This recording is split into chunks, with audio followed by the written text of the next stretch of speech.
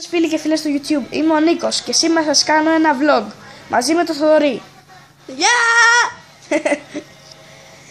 Σήμερα ήθελα να σας κάνω αυτό το vlog γιατί δεν ξέρω, ήθελα να σας να κάνω. γνωρίσετε το προσωπάκι αυτό εδώ. Το με έχουν ξαναδεί.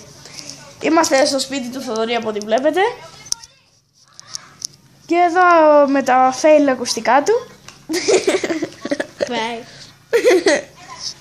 Εδώ είναι το tablet του Αλέξανδρου, του αδερφού του. Έχω σε μία με τα ακουστικά του, αλλά δεν πειράζει. Εγώ ήρθα λίγο σπίτι του και μετά θα φύγω γιατί θα πάω τζάμπο να πάρω ένα σκαλιστήρι για το σχολείο. Κοίτα τι θέλει. Νίκος Noob. Όχι, εσύ είσαι noob. Ακούστε, θέλω να μου γράψετε στα σχόλια τι θέλετε να παίξω την επόμενη φορά. GTA, Minecraft στο PlayStation,